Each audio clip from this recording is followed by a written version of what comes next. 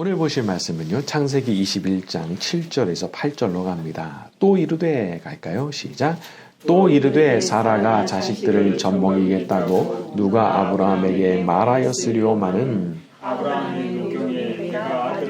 또다 하니라. 아이가 자람에 젖을 때고 이삭이 젖을 때는 날에 아브라함이 큰 잔치를 베풀었더라. 자, 7절에 사라가 자식을 젖먹이겠다고 누가 말하였으리오마는. 자, 다른 사람들이 하는 말이 그렇습니다. 여러분, 다른 사람들은 거의 대부분이 믿음의 말을 해주질 않습니다. 왜냐하면 다 상식적으로만 생각하기가 쉽거든요. 그러니까 거의 대부분의 사람들이 상식에 길들여져 있단 말이죠. 그래서 나한테도 조언을 할 때 보면 거의 상식선에서의 조언을 하는 걸 보게 됩니다. 물론 그게 틀린 건 아니죠. 상식적인 거, 상식적인 예측과 기대 얼마나 중요합니까? 하지만 우리 하나님께서 행하시는 일들 가운데는 분명히 상식적인 예측과 기대를 뛰어넘는 일이 존재하거든요. 자, 그럼 왜 그렇게까지 우리 하나님께서는 우리에게 상식적이지 않은 일을 경험하게 하시려고 하는 걸까요? 자, 그것은 하나님께서 증명을 하시는 거예요. 하나님께서 살아계시고 하나님께서 모든 일을 능히 행하신다고 하시는 그 사실을 자녀된 우리들한테 똑똑히 가르치시려고 그렇게 하시는 거예요.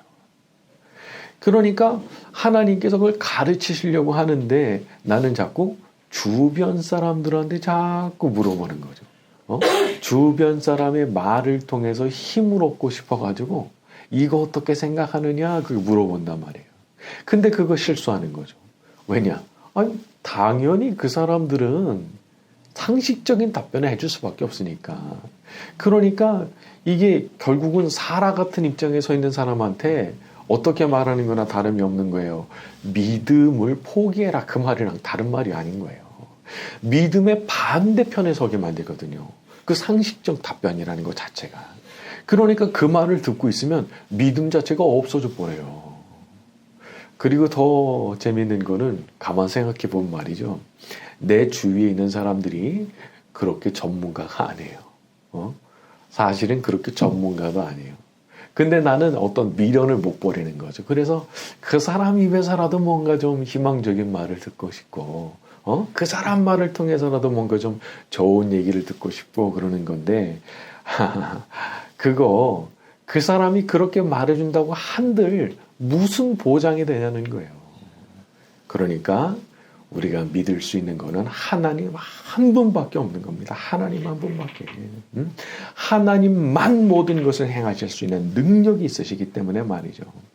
자, 사라에게 있을 수 없다고 말하던 그 일이 결국 생겨나게 하셨던 것처럼 우리의 삶에도 상식적으로는 예측할 수 없는 그런 은혜와 축복을 베풀어 주실 줄로 믿습니다. 자, 우리 9절과 10절로 갑니다. 사라가 시작. 사라가 본즉 아브라함의 아들 애굽 여인 하갈의 아들이 이삭을 놀리는지라 그가 아브라함에게 이르되 이 여dom의 아들은 기업을 얻지 못하리라 하므로 9절에 보면 하갈의 아들이 이삭을 놀렸다라고 돼 있죠. 놀리는지라. 자, 이 단어는 문자적으로 보면은요, 좀 조롱하거나 이렇게 가지고 가지고 논다고 할까? 이제 그런 식의 의미를 갖고 있는 단어예요. 그러니까 이게 지금 이스마엘이 이삭을 놀리는데 이게 순수한 장난이 아니에요. 자기가 서자여가지고 이게 질투가 있어서 그런지 모르지만은 이 엄마였던 사라가 볼 때 아주 부하가 치밀어 오르는 그런 장난을 했다는 거예요. 그래서 이제 그로 인해서 이제 큰 일을 치르게 되죠. 사람이 하는 일 중에는 참 생각지도 않게 일이 커져버리는 일들이 있더라고요. 이게 그렇게까지 심각한 거라고 생각 안 했거든요. 그냥 늘 하던 대로 그냥 무심코 말을 했고 무심코 행동을 했는데 야, 이게 일파만파 막 일이 커지는데 기절하겠는 거예요. 기절하겠는 거. 특히 이런 것들은 사람과 사람 사이의 관계에서 중요한 부분입니다. 대수롭지 않게 던진 툭 던진 농담. 킥킥대며 했던 한 가지 그 행동이 당사자한테 원한을 품게 만들 수 있거든요. 보면 사람이 다 같은 포인트에서 빵 터지는 게 아니더라고요. 그래가지고 나는 빵 터진다 생각해가지고 혼자 빵 터지면서 한마디 딱 던졌는데 상대방 얼굴이 확 일그러지면 이거 실수한 거예요. 제가 보니까 이 사람이 참 용서 안 해주는 존재입니다. 저도 그렇고 참 이렇게 옹졸하죠. 그러니까 이게 실수 안 하는 게 사실은 최선이에요. 저지르고 용서하기가 얼마나 힘든지. 그러니까 실수를 안 하는 게 최선이니까. 그래서 툭 던지는 농담이나 어떤 행동도 조심해야 되고 어떤 선을 넘는 조언도 조심해야 됩니다. 선을 넘는 조언. 나는 분명히 내가 이렇게 확신에 서가지고 얘기를 해주지만 상대가 속으로 이렇게 생각할 수 있거든요. 당신이 뭔데 나한테 그런 말을 하지? 이렇게 되면요. 문제 심각해지는 거예요. 그러니까 내가 이렇게 좀 이렇게 올라와도 이렇게 좀 절제를 해야 될 필요가 있는 것 같아요. 특히나 저는 좀 이렇게 말하는 직업이다 보니까 저도 이런 부분에 참 조심을 해야 되겠다 생각을 하거든요. 저도 실수할 수가 있으니까. 모르면서 아는 것처럼 얘기하기가 쉬운 거니까 그런 부분 우리가 참 조심을 해야 되는 거죠.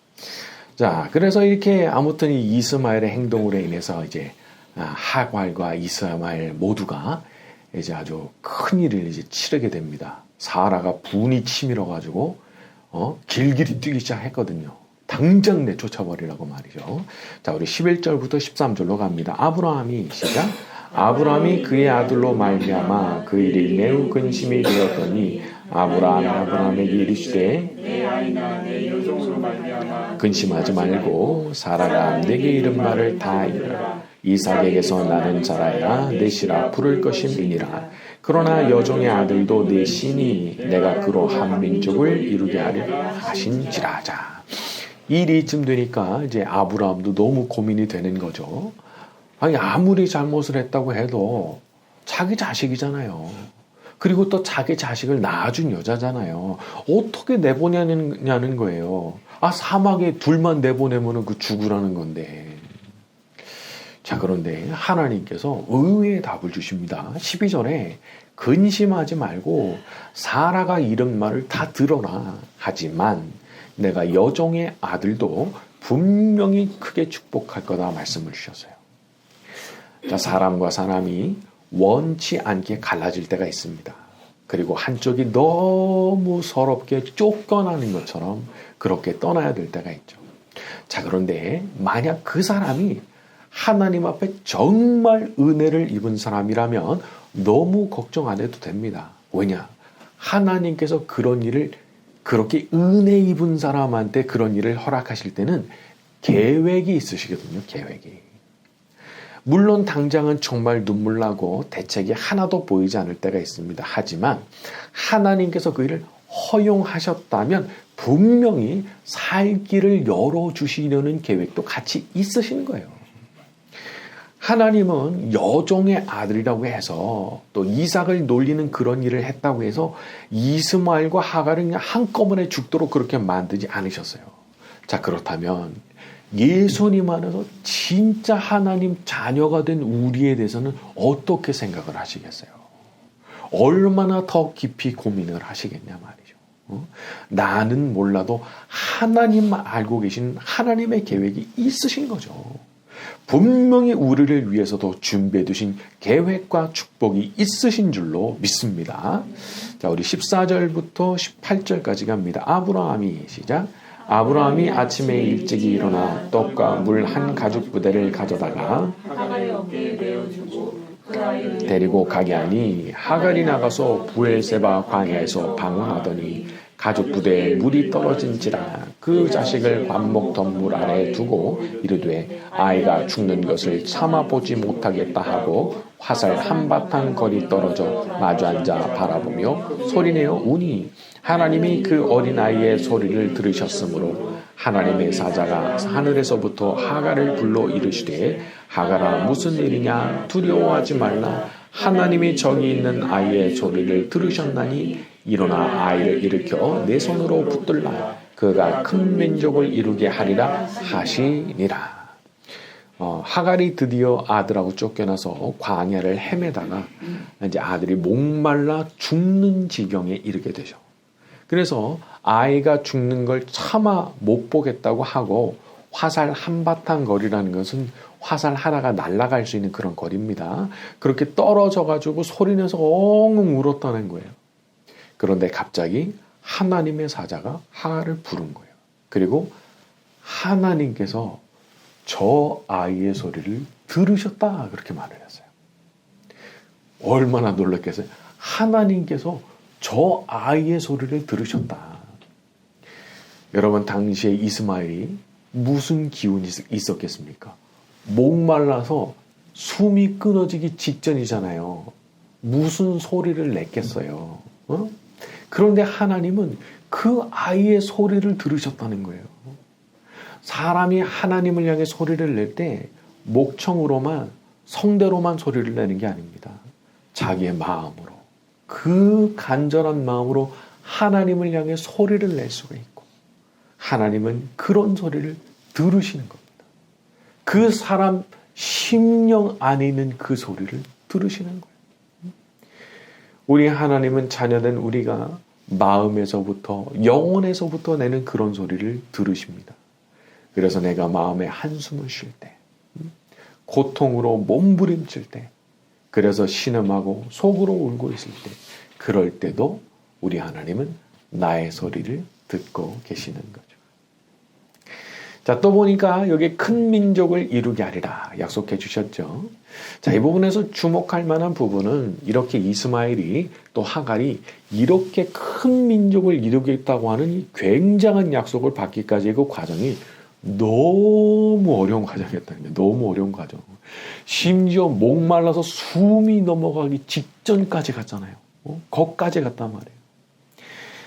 사실 하나님께서 주시고자 하시는 선물과 축복이 크면 클수록 그 과정이 더욱더 힘든 과정이 들어가는 거가 아닌가 싶기도 해요. 왜냐하면 성경 안에도 보면은 그런 약속을 그냥 받지는 않거든요. 정말 어떤 고비가 되는 지점을 넘어가야 그걸 받거든요. 자, 왜 그렇게 될까요? 그 일반적으로 사람이라는 존재가 참 어렵게 얻지 않으면 그게 얼마나 귀한 건지 몰라요. 쉽게 얻어가지고. 그게 얼마나 대단한 것인지를 모릅니다. 그러다 보니까 하나님께서 앞으로 받게 될 그 약속과 축복이 얼마나 귀한 것인지를 먼저 알게 하시려고 일부러 더 어려움을 겪게 하시는 경우가 많죠. 그러니까 그게 너무 귀한 거예요.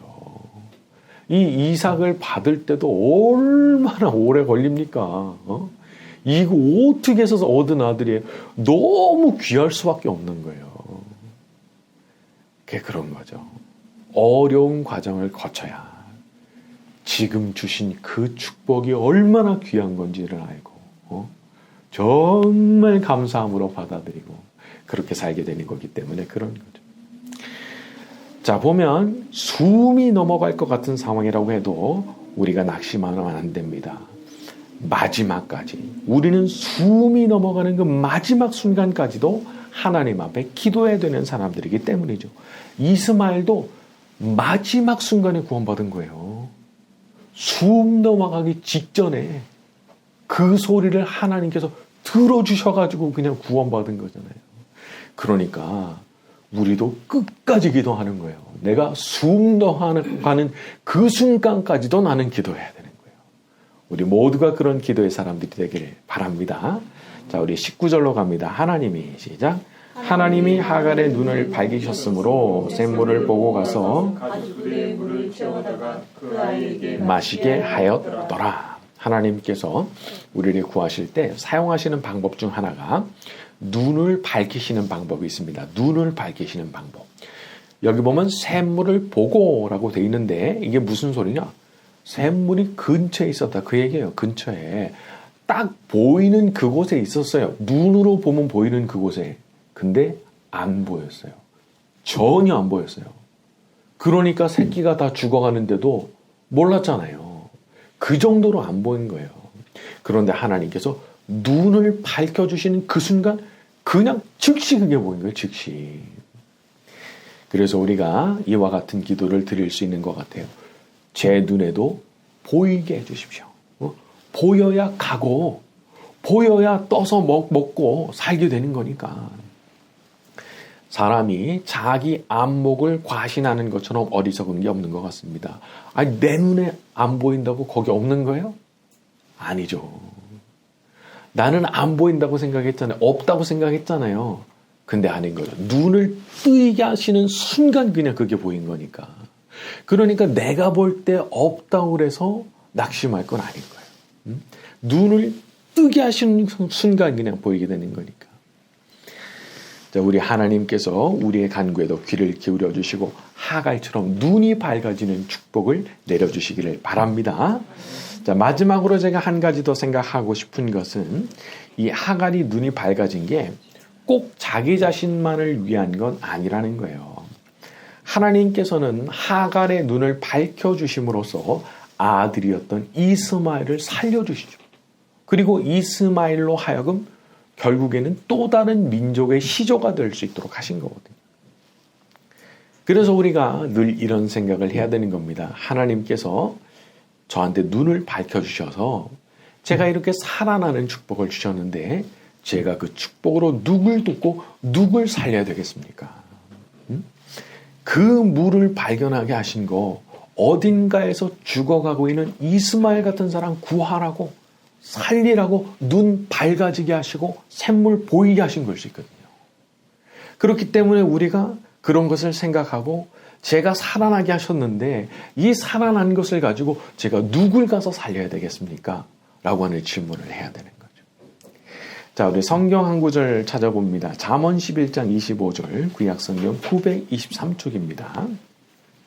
구약성경 923쪽 잠언 11장 25절 갑니다.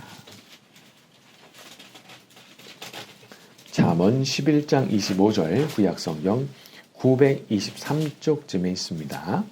잠언 11장 25절 구제를 시작. 구제를 좋아하는 자는 풍족하여 질 것이요 남을 윤택하게 하는 자는 자기도 가여 지리라. 윤택하게 한다라는 뜻으로 번역된 단어는 문자적으로는요 물에 흠뻑 적셔지는 것을 의미하는 단어입니다. 사막 기후의 땅에서 물로 흠뻑 적셔진다. 얼마나 행복한 일이에요. 그런데 남을 그렇게 만들어 주는 사람 너도 그렇게 될 것이다 라는 뜻의 말씀이 된 거죠. 하갈과 같이 하나님께서 눈을 밝혀서 복을 내려주실 때 그 뜻을 받들어서 이스마엘과 같은 사람들을 살려내는 일을 감당하는 저와 여러분이 되기를 예수님의 이름으로 축원합니다. 자, 말씀 여기까지 하고 주기도문에 자유롭게 기도가 가시겠습니다.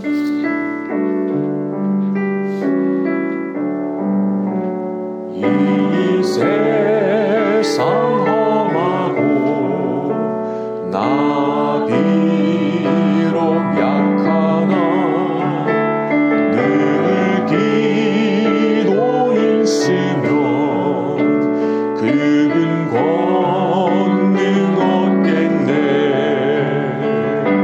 주의 은혜로